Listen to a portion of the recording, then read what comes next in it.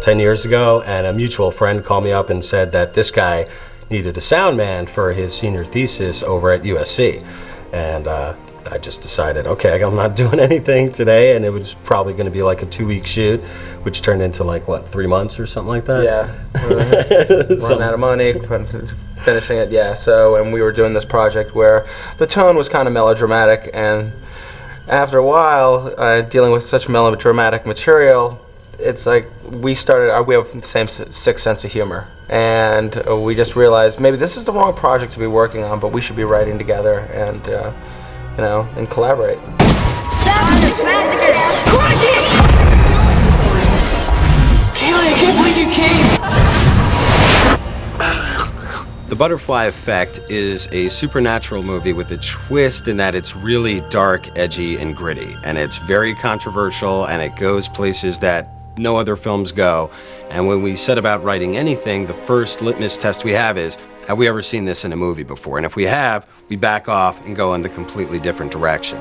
And we try to come up with the most really cool, mind-blowing experience, roller coaster of a ride film we could come up with.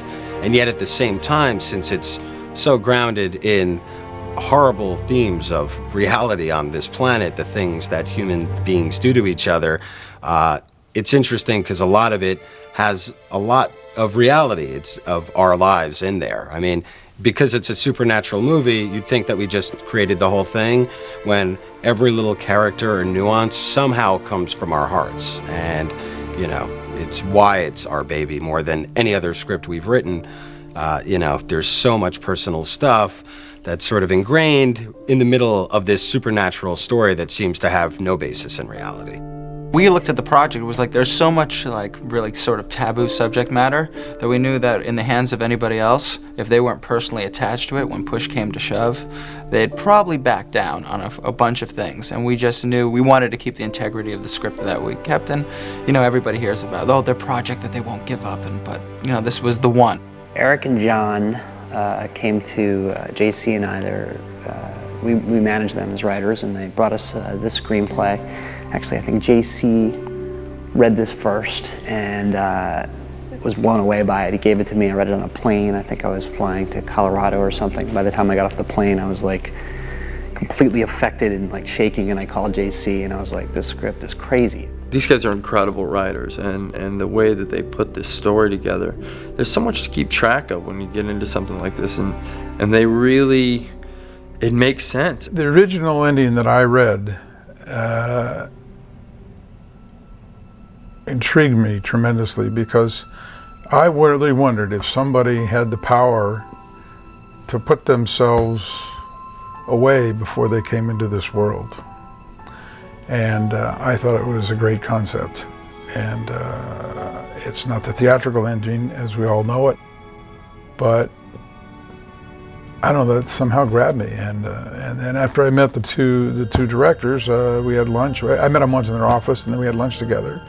And I fell in love with them, and I fell in love with the story. And I think it's very powerful, and it's mind-boggling, and you got to pay attention when you watch the movie. But that's good. Makes you think a little bit. This is, out of all the things that we ever wrote, this is the one that we were like, we won't sell. And when we wrote it, we needed the money more than anybody ever needed money. And it was like a constant battle between the both of us of like, all right, let's sell it. And it was like, no. But, we held on to it and struggled, and we wrote other projects just for the hope that, eventually we could do this project. This script got them the Final Destination 2 writing assignment. Once New Line kind of had faith in them as writers, got to know them, they figured they'd give them a shot at this. And it's an intense script.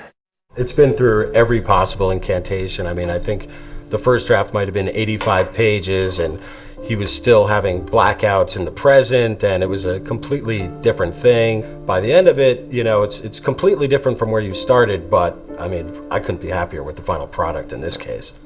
The great thing about all the different layers of the script is that it's so complex and thick that you're never quite sure what's happening, and I love that.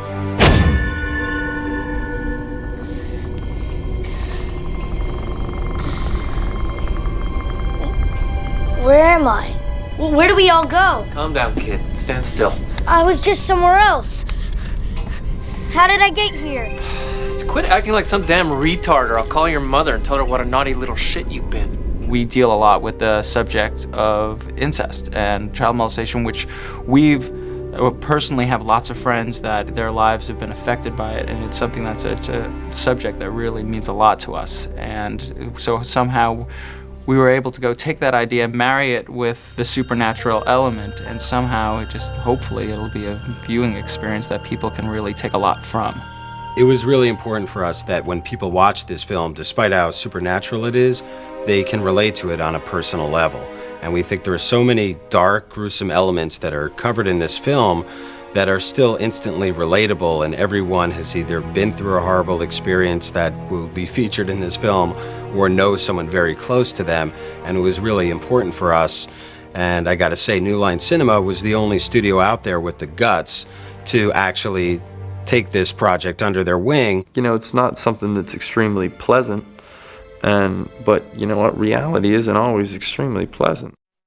Pre-production, I thought, was going to be like real easy. Like, we're telling David Ellis, the Final Destination 2 director, yeah, we're going to be in pre-production till, I don't know, like 4 o'clock, and then we'll just come over to the set and have fun, right? And we had no idea that, I mean, it's just interview after interview and talking to your production designer down to like what shade of paint is going to be on that piece of furniture, down to the napkins on the tablecloths in the restaurant scene, and it's never ending. The problem is we have answers for all these questions. Because we had a small budget, we would have to storyboard many, many sequences. Sometimes kids are in dangerous situations and you have to storyboard everything out, or there's special effects, or Ashton's in a wheelchair and he's got no arms, and you really have to know exactly what angle you're shooting everything, because it's going to change how the prosthetics apply, the fake arms and all that stuff. So I think by the end of it, we had like 80% of the movie storyboarded. Yeah, just because we did have a lot of effects, especially all the transitions between realities and stuff. And so yeah, there was so much little detail in the movie, we had to give everybody the blueprint or everyone would get lost. Originally, we had a cast that we went to kind of go and finance the film with, and due to like all sorts of circumstances, that didn't come about. And then Ashton got hold of the script, and after he read it, he kind of felt like this was something he really wanted to do. And then we were able to get it to Amy, who became available. And they ended up being perfect for the movie, and they were exactly what we were looking for. And for Ashton, it's like a real turn for him to do something like this, going away from comedy, doing something a bit darker, a hell of a lot more dramatic and thriller like this. But that's kind of what makes it exciting for us. And he kind of stepped into this and completely showed a completely different side of himself to us, which we're lucky to have. I did a lot more research for this character than I've ever done before. I spent 2 months learning psychology, which was something I never studied, and studying these specific disorders and people that have them and their stories, and really trying to get inside this character's head to an extent. That's the hardest thing with this project. It was not only just like, all right, let's go find kids that would be perfect for these roles. It's like we had to go and find lookalikes for our 4 main leads. And not only one set of lookalikes, but we had to get 2 sets of lookalikes. Definitely the odds are against you, but somehow the casting gods were smiling on us and we got them. When we were first doing this project, from crew members to cast, we were like, all right, 2 directors, and sometimes when people hear 2 directors, it seems kind of weird. There's plenty of them out there, but it's not common. As directors, John controls the style of the film. He's more in charge of the look, the way it aesthetically looks, the way the camera's moving, what he wants as his background, the colors, the film stock, these kind of things. And then Eric is more of your acting coach. He, follows the emotional lines of the script and is, kind of our liaison to what they want as a team. But, that doesn't stop John from running in every once in a while either, or Eric from setting up a shot every once in a while. So it's, it's an interesting dynamic. They have a wonderfully economic way of dividing and conquering and handling problems that flare up and keeping the ball rolling. I enjoy it. They usually give each other ideas, and one of them comes to us and shares that idea, unless they're really passionate and they both come full charge. But I have to say, Eric and Jonathan are just really easy to work with, and they know the story, which is, you know, so helpful. The reason it was great is because they were both on the same page. They both knew, they were both, maybe they're two heads, two ideas, but they always had the same answer. Two heads on the same body, I guess, is one way to say it.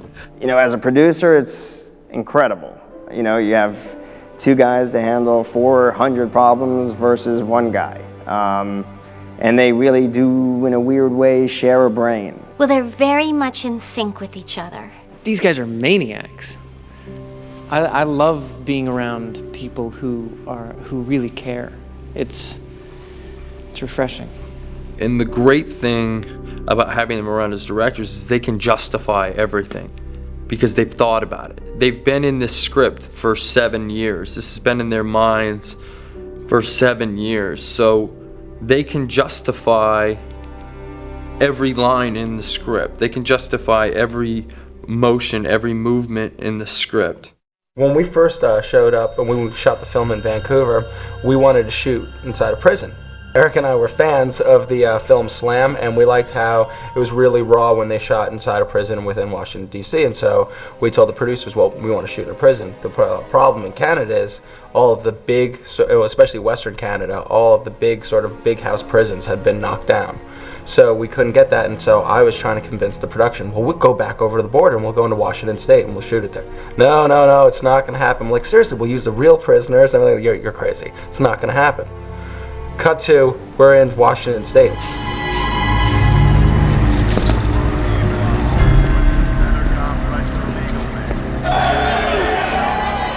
We had 125 actual prisoners as our extras, and it was super maximum security, and it was crazy, but I think it did add a level of realism that you're just like, this is real, this is scary. Our fight choreographer, James Bam Bam, he's awesome. He really did a great time. He was loving it because most directors tell him, like, hold back. You know, I know it's real, but, you know, I don't know, it looks a little violent. I'm like, come on, a little bit extra. So, and he did an excellent job. All the fight scenes were really, really cool in that all of the actors didn't even want stuntmen there. I mean, everyone has a very physical or sports-oriented background. Ashton, Willie, Scott, like, they both fight, they both box, they can take care of themselves that way. So they didn't want any of the stunt people around. But more interestingly, I think to me, were the kids who, you know, all they do all day is, you know, skateboard and fall down and get right back up. And we're sitting there with JP, who plays the 13-year-old Evan, and we're sort of in this hotel room rehearsing. And we're like, yeah, well, when the stunt people come in, you're gonna probably like get hit by a 2x4 and fly backwards. And he's like this? And he just springs off and lands flat on his back and then like pops right back to his feet. And we're like, yeah, like that, kinda. It was so great that everybody was so physical that there's no stuntmen really in the whole film. Maybe a couple of sequences. Just because we had them there and we felt bad we didn't use them, but like, yeah, the kids definitely had it all. The junkyard scene was really fun to shoot because the kids are totally into it, and it's really violent. It's the kind of thing where maybe half of it made it into the movie because there were so many kicks to the ribs and punches and swinging people in the face with a 2x4. I think one of the biggest gasps we get in the movie is when 13-year-old Kaylee gets hit with a 2x4, and the whole audience, you can just count on this. It's just really violent and unexpected. But we have them working with, like, I mean, it's a rubber piece of 2x4 and stuff like that with like a little rubber fake nail coming out. And it's really scary because you just watch these kids and their natural instincts are so perfect. The kids were just amazing. Everybody in the movie that I've acted with and worked with, they've all impressed me. Like, everyone has done something that I went, wow, I had no idea that was coming, or you had no idea. And I hope in the same light that I'm doing that as well, and that people are gonna go, wow, I had no idea this kid could do this stuff, you know. Ashton is an amazing, incredibly intelligent, incredibly insightful actor who delivers on every take. He delivers when he's off camera. He doesn't flub lines. He is there in the moment, as dependable as can be. I've never really seen him do dramatic work. To see that he's such a professional actor where, you know, for his comedic stuff, he definitely knows how to do that. And then just to really see him studying hard and working hard on his character and his parts. And us working off each other and really trusting each other to go to whatever extreme levels we want to and feeling open about it. And it's fun with Ashton and I because we'll go from this dramatic moment to like the sorority fraternity house, you know, to this another dramatic moment at the seedy diner. It's been a great journey because we're just constantly on this roller coaster of different emotions and different places and trying to keep up with like, where's my character at, what's happened, you know, because it's so detailed, this script, and so intricate the way the past and present keeps merging. Amy's gonna surprise people, and people are gonna stand up and go, who's Amy Smart? Wow. As an actor, this is like a dream role to play 4 different characters. She's really had a hard childhood and been sexually abused by her father and just her mom not being there. Kaylee, as naturally, she turns out to be a pretty depressed, lonely girl working in a diner. And then through all the incarnations when he goes back and changes each bit of time, and circumstances, I come back as a sorority girl, as just a heroin junkie prostitute, and then the natural sort of hippie girl. And it's great. It's been so much fun. The one thing that I do that I'm proud of the project is that it's really unpredictable, and especially, you know, we become cynical as writers where we can see, you know, in the craft of every setup payoff and seeing things telegraphed miles away, but, you know, there's no way with this film, and I kind of like that because those are the movies I enjoy. I want to go on that roller coaster ride.